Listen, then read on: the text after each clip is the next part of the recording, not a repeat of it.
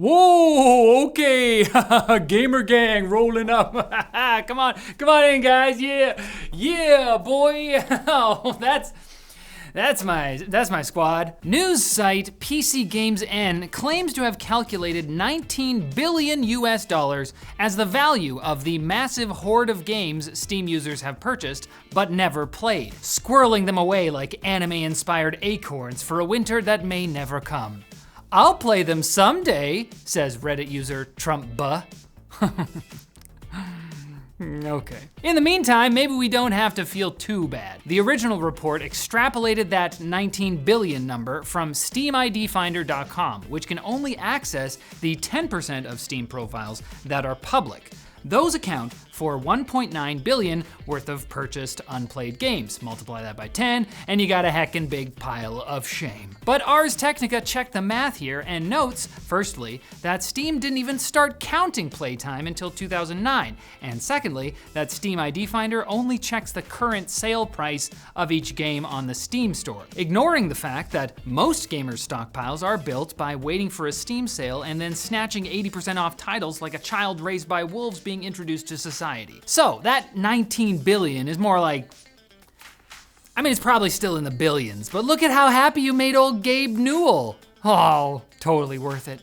Totally worth it. And the Steam Summer Sale is starting this Thursday, so get your grabby fingies warmed up, you little gremlins. Save that for later. Elden Ring expansion Shadow of the Erdtree launched on Friday, and it was so hype it brought in 700,000 concurrent players, peaking at 781,000 on Saturday. Despite this, the DLC Steam reviews were mixed, which can only really be explained by gamers apparently forgetting this is the game that's supposed to stomp the hope out of you until you're a flattened husk rolling around on the floor like you're getting paid for it. That's just my average Saturday. After all, even before the DLC dropped, Elden Ring players had died more than 9 billion times, and Twitch streamer Kai Cenat has contributed 1,000 more to the DLC already during a marathon 100-ish hour stream. He will surely be favored among the gods. I mean, the game is kind of about killing gods. I think is cool. Yeah, it's hard, but some are having a great time. Legendary Elden Ring player Let Me Solo Her gave it a 10 out of 10, although that seems to be because of the new big pot helmet. If you're struggling, there's some important things to know about, like the deflecting hard tier item that makes parrying more Sekiro-like, and even more importantly, the Erdtree fragments scattered around the world that basically level you up and are actually pronounced as Shadow Tree because in Old English they spelled things wrong. They just didn't know yet. You know what? I think you can do this. Look, streamer Perry Carriel is beating bosses with her mind. And that's kind of hard to believe, but even if she's faking it, the dancing lion boss is literally 2 guys in a lion suit. Just take it off and they'll probably feel stupid and run away. I don't know, figure it out. It's a video game.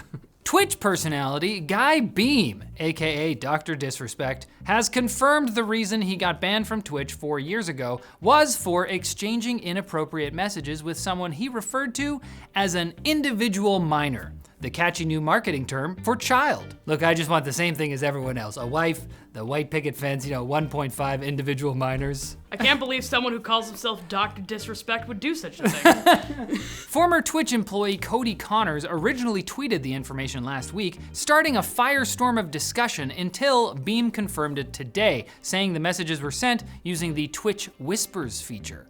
The confirmation came in the wake of Beam being fired by the game studio he co-founded, Midnight Society. And while he did admit in his tweet that he shouldn't have sexted a minor because it was stupid, he immediately followed up by hurling expletives at his haters and promising to take an extended vacation with his family. Maybe he can have a good long think about why, despite having a job where you literally sit at a computer all day, he still finds it so hard to keep it metaphorically within his own f***ing pants. But I can understand you finding it hard to not check out our sponsor, Maono. Their PD100X mic features cardioid pointing and excellent off-axis noise suppression with a dynamic core for an ultra-rich frequency response. It has XLR and USB-C interfaces for versatile connectivity, RGB lighting, and a 2-in-1 knob for gain and headphone volume adjustment, plus a 1-button mute for privacy. For game streaming, pair it with the Maono AMG1 Neo audio mixer. It offers superior sound quality, 48 volts phantom power, handy if you use a condenser microphone, noise reduction to help your teammates hear you, voice changing, reverb, RGB lighting, and separate mute buttons for background music and voice output. It's even Bluetooth compatible. Check them out by using the links in the description below. Oop, new game-linked Quick Bits DLC is coming in. Hope you bought the season pass or you have to wait 24 hours to watch it. Just kidding, that's dumb. This first one's less of a news item and more just like an article about the industry I think you should go read. It's an in-depth piece by game developers Adrian Laurent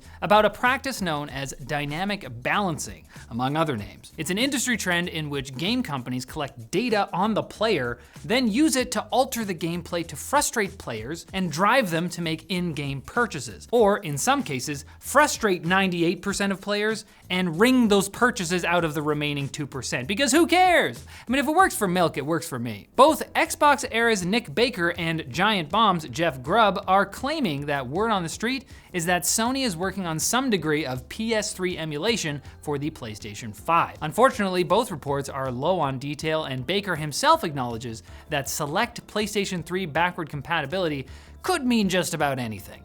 After all, Sony has released a selection of emulated PS2 games starting in 2022 as part of PS Plus. It's just that they play and feel kind of like your favorite sausage squeezed through a pair of sweaty nylons.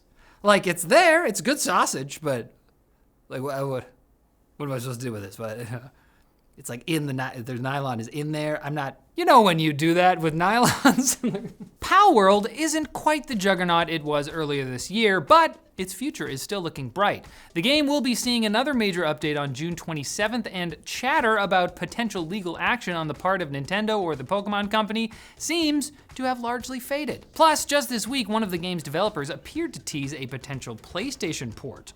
On the other hand, Pocket Pair's CEO has explicitly stated that a port for the Nintendo Switch is unlikely due to the console's technical limitations, and definitely not because several die-hard Pokemon fans sent them death threats. The 20th anniversary edition of Beyond Good and Evil launched today, and reviews so far have been positive. According to Ubisoft, the remastered game contains a narrative link to the sequel, which is apparently still in development, despite having been first announced during the Bush administration.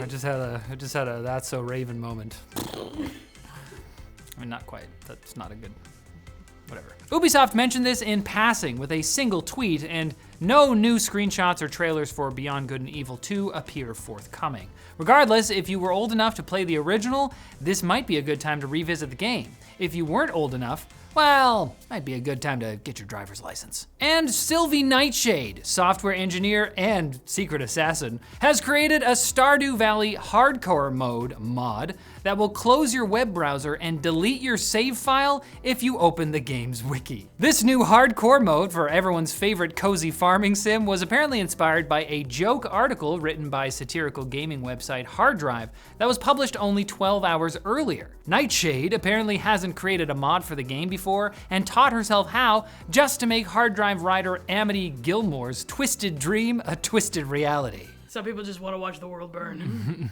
And I don't want you to get it twisted. We want you back here on Thursday for more gaming news. I don't know who may have told you different, but that doesn't make any sense. Liars! They may have been dehydrated. I just don't listen to them.